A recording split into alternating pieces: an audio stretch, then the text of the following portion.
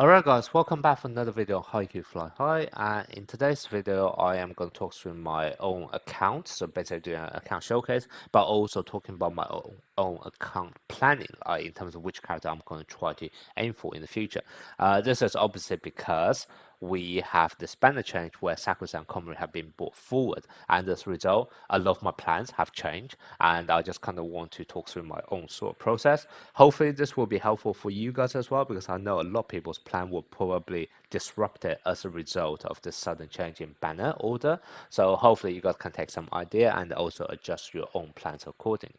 But let me just start off showing you guys my current team. So I have this team right now, which is still a Shoujo school team. That was kind of the team I was going for since day one.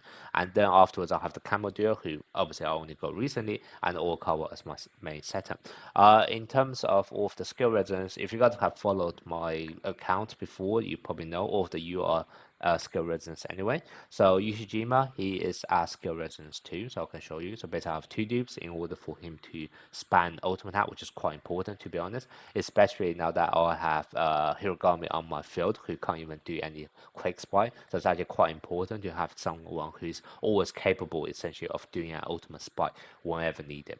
Then the other person I will also show you is going to be Orikawa. Skill resonance is going to just be 0 dupe, okay? Then I also have Hiragami. He's also at 0 dupe because I was kind of, obviously, another content creator leaked quite a few weeks ago. There could be a change in banner where Sakura is going to release early. So that's kind of why, I took note of that and I just stopped at one basic copy of Hiragami. So that's basically what I've done here. And then for Hoshiyumi Kurai, this is the character I have invested the most because I really like his skill resonance 4, and also he is actually going to be a character I will have in my future team planning, and that hasn't changed, which I'll talk about at the end of the video. But as a result, I basically went all out for him, and this is actually going to be very crazy. I actually have built my Kuroo's potential in a way as well. So if I show you off my stats, you can see I'll have a plus 41.4 to awareness, plus 24.8% to reflect, and then this together with the Shoujo school bond, which I feel like is somewhat bugged because for some reason it's giving me like 20% increase rather than 10% increase in terms of my awareness. But anyway, just as a result of this, if I just show you my stats for Hoshimi Kurai at the start of the match, you will be amazed at how much I'm able to get up to. So if I just show you up this, so basically with my potential build and also school bond, from his skill resonance 4, I am actually able to increase or set his awareness and reflex value to 77.5% from the start of the match. That's absolutely crazy. That basically means for every pretty much for every spike, I'm guaranteed to get a crit because obviously Orikawa will also have a plus 10% passive awareness, which is not actually included in that, and then with attack tempo as well, and also when Hoshimi spike himself, assuming he also have his all-rounder effect, he's also going to get increased to awareness. So I pretty much can guarantee every single spike from the very beginning to always be a critical spike, and then all of my blocks, which is the other way I have built my Hoshimi Kurai, he would also have almost 80% chance of doing a crit in terms of his block as well. So that's just absolutely crazy. That is probably the one character I pay the most attention to in terms of my team building because I know you'll make a massive difference. Now let's talk about my short-term team planning. So in the short term, obviously I'm going to replace my Yamagata and also Hira for Sakura and also Komori. So that's pretty much certain. And then that basically makes me almost all UR team with the exception of Tendo. Now Tendo, to be honest, is actually fine because he does have a deployment with Ushijima. So I guess from that perspective, it's still okay to play Tendo in. It's just a bit unfortunate that, for example, I forgot to show you guys the skill resonance for my SSR character. I actually put 6 dupes in terms of my Ohira, and also I put a lot of dupes. How many dupes is this? 4 dupes into my Yamagata, but I didn't put any dupes into my Tendo because obviously previously I was expecting Sakura and Komori to be coming late, so my Yamagata and the hero would be staying on my team for longer than Tendo. So that's kind of why I have essentially invested wrongly in all of my SSR milk because of this change in banner order. It's very unfortunate, but that is just what happens, okay?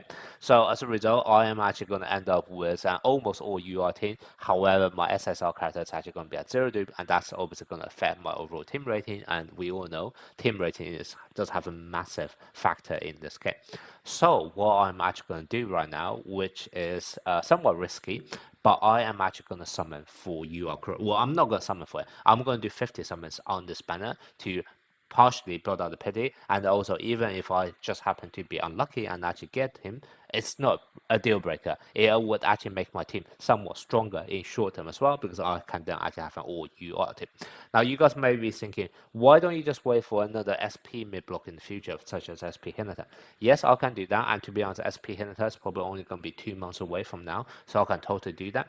The problem with SP Hinata is the fact that if I actually play SP Hinata, and also imagine this is Sakusa, what am I actually going to do with the liberal subsetting, right?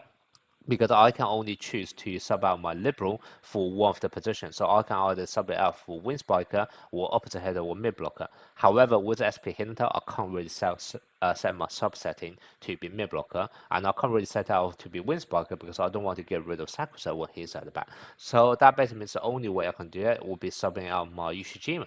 But Ushijima is basically one of my main hitter. He's the main consistent hitter on my team. And then that's going to be just somewhat problematic because of as a result of this. Now, obviously, this will get fixed in the future. It's eventually when the position limit update is being removed, and therefore I can freely change out my rotation, and also therefore I can actually plan it in a way where I can still set it up to, for example, sub out my mid blocker, but SP Hinata wouldn't be sub down.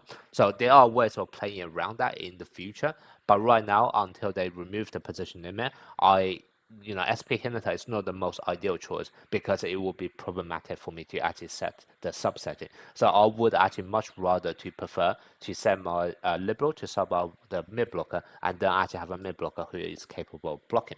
So that's kind of why in the short term, I am actually leaning towards having a defensive blocking mid blocker over someone such as SP Hinata, and that's kind of what I am going to take a bit of a risk here and do a summon for Kuroo, okay? So let me just do it now with you guys. I obviously wouldn't have enough because I didn't plan for me to use so many UR tickets, so it will have to eat into my gems, but it is what it is, okay? So let me just start there now. So starting off, obviously, I'll show you the pity count. So I can do another 40 here. So even if I do another 40, what's going to happen is that I'll be getting still on the 80. So theoretically, I wouldn't get a boosted rate on the UR banner. So in theory, I shouldn't be getting that. But if I actually get it without even my rate getting boosted, like I said, I'm counting myself lucky. So I don't really care too much. Okay. So this is 30 summons already. This is summon number 40. Ooh, oh no, this is SSR. Got too excited. Asahi, okay. And now let me just quickly check. Now I just need 10 more. Yeah, I just need 10 more to get my tickets back. And that's where I'll stop. Nope, yeah, obviously no luck. I have never got a UR before the booster rate. So yeah, so that was kind of to be expected, but now I have built on my pity. Yes, I didn't get UR Crow, but that's fine. I'll just use Tendo for the time being because of that deployment bond. It was kind of going to be okay for me either way anyway. But yeah, so that basically allows me to get 7 tickets extra, which I can then use that to somehow damp the impact of Sakusa's banner. Now let me talk about my future plan in terms of which characters I will be getting and also what kind of team I will try to aim for in the future. So obviously, as soon as Sakusa and Komori are going to be out in game, I'll be swapping my Ohira and also Yamagata out, and then this will be how my team look like. Obviously, it's going to be full UR with the exception of my one from mid blocker, which is going to be SSR Tendo, and that was kind of the reason why I was trying my luck with UR Crow, but obviously I didn't get it.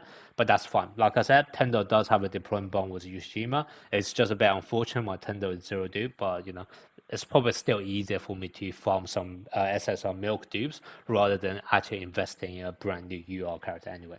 But basically, that's going to be my immediate team in near term. Now, there are actually going to be two characters which I was previously planning to summon for, which is going to be SP Kenma and also SP Hinata. However, now that Sakusa and Komori have been brought forward, I'm not too sure about whether or not I want to go for SP Hinata and SP Kenma anymore.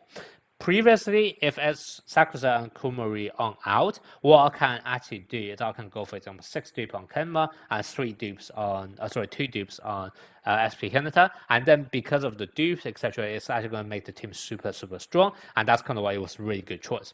However, now because I'll have to spend some resources to summon for Sakusa and also Komori and also prepare myself for future, I probably won't be able to get dupes on Hinata and also SP Kenma anymore. Well, if I do actually end up getting dupes, it won't be very high dupes, and I'll be basically wiping out all of my reserve. So I'm not too sure I want to do that. And then my argument here is that if I'm only going to get them at 0 dupe, so basically just 1 base copy, I'm not actually sure whether that's going to be an improvement to my team right now. And that's kind of what I have those two right now sidelined on the bench. Still haven't fully decided whether I'm going to try to get at least 1 copy or just skip them all together. But I think my mind is already made up right now that I probably won't be going for dupes on them. Now, why am I not thinking of just playing them in the team if they are just 1 copy? The answer is actually going to be quite simple, which is that if I actually, for example, I already talked about the problem with SP Hinata earlier in this video. If I actually play SP Hinata, what's going to end up happening is that I would have to set my liberal swap to Ushijima. But then if you actually take a look at how my team would look like, basically I will only have 3 Spiker left in my team, which is going to be Sakusa, SP Hinata, and also Hoshiyumi. So basically that's going to be 3 Spikers. However, Spike Ultimate in this game tend to have a cooldown of 8 net crossing. So if I only have 3 Spikes, that is only going to last me to 6 net crossing if I'm getting very unlucky and never won the point. And then I could actually end up bricking myself quite often because my ultimate are actually out of cooldown. And then on top of that, if I actually need to play SP Hinata because he doesn't actually have blocking skill, I'll have to play him in a way where he is going to be paired up with Hoshiyumi always at the same time. And that is also going to be quite restrictive in terms of my rotation. I actually thought about this quite a bit to think of whether or not there's like going to be a perfect rotation where I can fit both SP Hinata and also Hoshiyumi in at the same time and also have Sakusa at back as often as possible. And to be honest, there is going to be a way of doing that, but there's always going to come at some kind of sacrifice, which is not ideal either. So that's kind of why the value of SP Hinata is not actually going to be so big, especially if it's only at 0 dupe. And if I can actually get some milk on my Tento, then I'm not too sure whether or not SP Hinata would actually improve my team at all. So that's kind of why I'm not going to go fully committed into SP Hinata. I'm going to try to wait and see a bit to see how many milk dupes I can actually get on my Tendo in the meantime, and I think that will to some extent decide whether or not I'm actually going to use my SP Hinata if I do end up getting only just 1 copy, okay? And the other consideration of also why I'm not thinking of going SP Hinata straight away into my team is that SP Hinata bonds very well with SP Kenma. But then this comes to the second half of the problem, which is that even if I summon for SP Kenma, I don't actually think I'll be using SP Kenma all the time. And the reason for this is that until position limit update is hit on global, the speciality of your team is going to be determined by your setup. So if I actually decide to play SP Kenma on my team will be of a receive specialty, which is going to be countered by power spike specialty. And that's literally like 70 or 80% of the meta, at least on global server. So as a result, even if I do end up getting SP Kenma, he definitely wouldn't be on my defensive PvP team. He doesn't really have much use outside of PvP, to be honest, because PvE is too easy in this game. Club contest, SP Kenma is going to be of no help there. So that's kind of why SP Kenma is just going to be for my PvP. And if I'm not even going to use him for my defensive PvP, that already severely limits the usage of him. And if I'm not going to play him, the value of SP Hinata is going to tank even further. So as a result, that's kind of why, even though those two characters are very good and they're definitely in my future long-term plan, I'm just not convinced whether they would actually improve over the short-term team that I already have. And that's kind of why if I can't actually get dupes on both of them, there's a very high chance I may actually end up skipping them or only get one copy and just put them on the bench for collection purposes and also for eventually in long run when their position limit update is actually here, that's where they would then feature on my main team, okay?